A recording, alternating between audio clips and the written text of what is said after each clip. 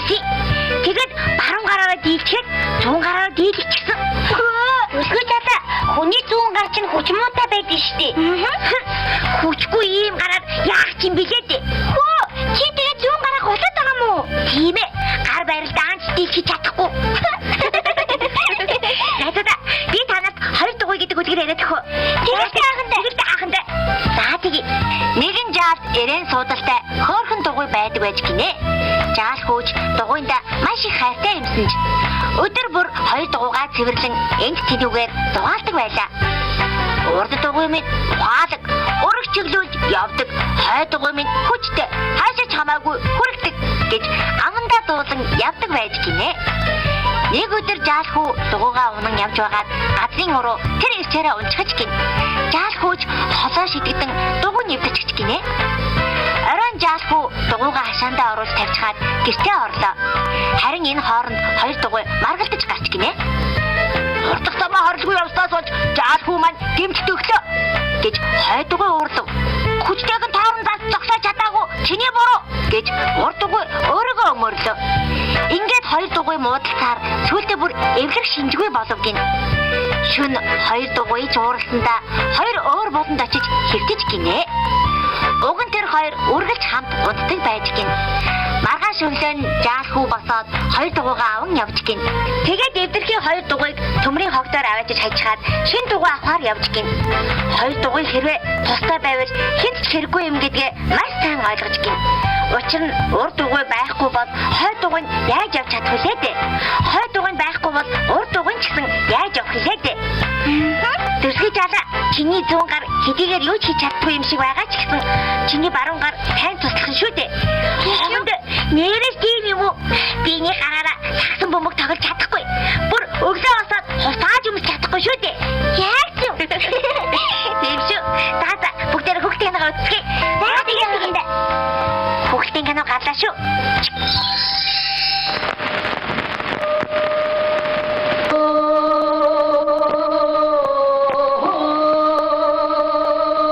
Алтабы минь алжавас алжатова. Ахуй төрмин бу алтартова. Бүтэн бие минь зовбос зовтова. Бүрэн улс минь бу зовтова.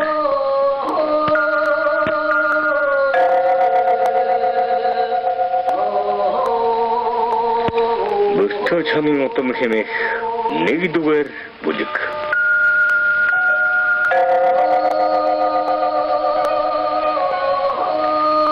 Чингис хааны язгуур. Дээд тэнгэрээс заяат төрсөн бүртчан Омарлын хамт тэнгис талаар батан ирээд онон мөрнийх бурхан халдан ууланд нутаглаж бат цагаан хэмээх хөвөнийг төрүүлжээ. Бат цагааны хөвөн тамчин хөвөн харчаар мэргэн. Харчаар мэргэний хөвөн уучин буурлын хөвөн салхачуугийн хөвөн ихнүдэнгийн хөвөн шинсачийн хөвөн харчуугийн хөвөн баржигтай мэргэний гэргийн монголжин га.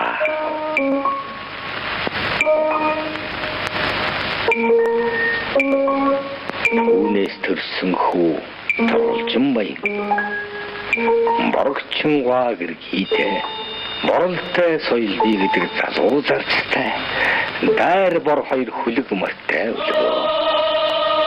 Торолжин баяны хүү дугаа сахар добоо мэргэн 2 өлгөө.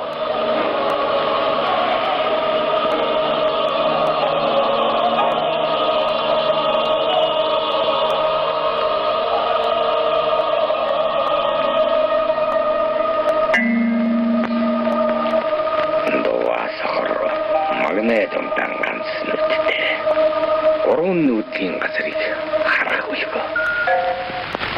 Тэгтээ хол Тэнгэрийн хаяанд нүүдлигний дотор тэрэгний мохолгийн өмнө нэг сайхан охин сууж явна.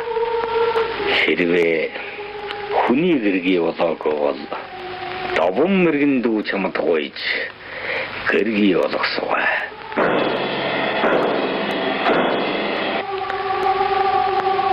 Довон мэрэгэн нүүдэл төрч охиныг үзвэс. Үнэхээр алдартай гоо сайхан охин бөгөөд хүний гэргий болоогүй нэр нь Аланбаа гинэ. Довон мэрэгэн Аланбаа хоёрын гэрэлсэн ёс ийм бүлгөө. Аланбаа довон мэрэгэн дэрээд бүгнүтэй бэлгэнэтэй гэдэг нэртэй хоёр хөвгүнийг төрүүллээ. Тэгж байтал довон мэрэгэн үгүй болов.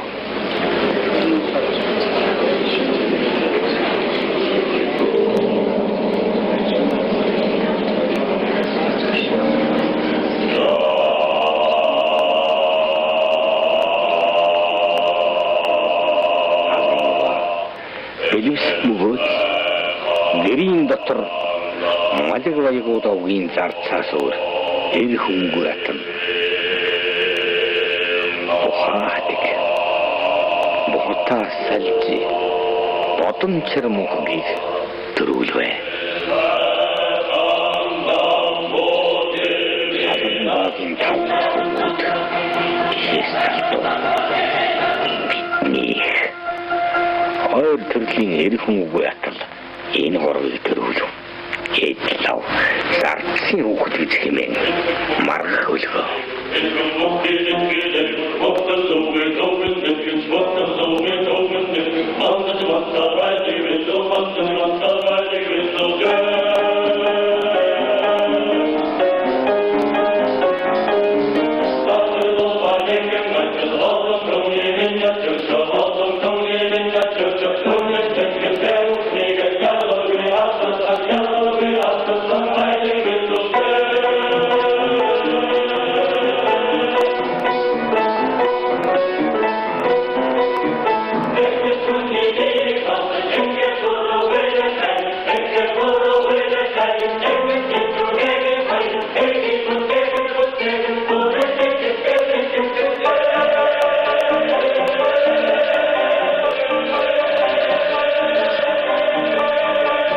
Таван хөвгөн миний нэгэн хөвлөөс төрсөн босов.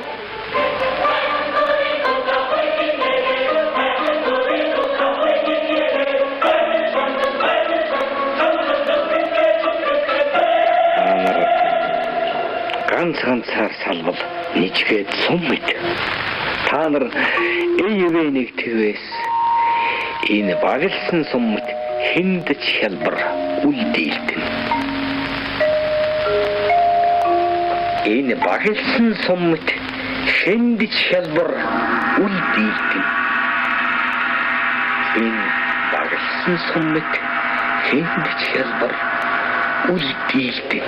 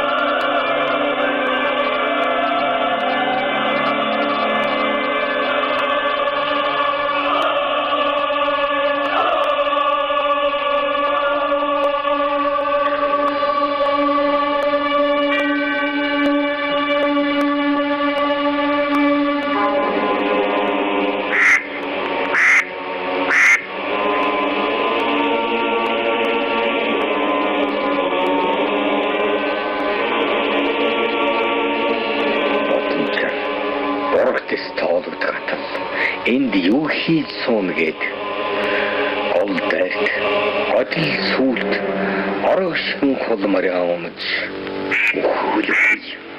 Амьдрал амьдрий гэж онон мөрөн рүү зорж чадваа.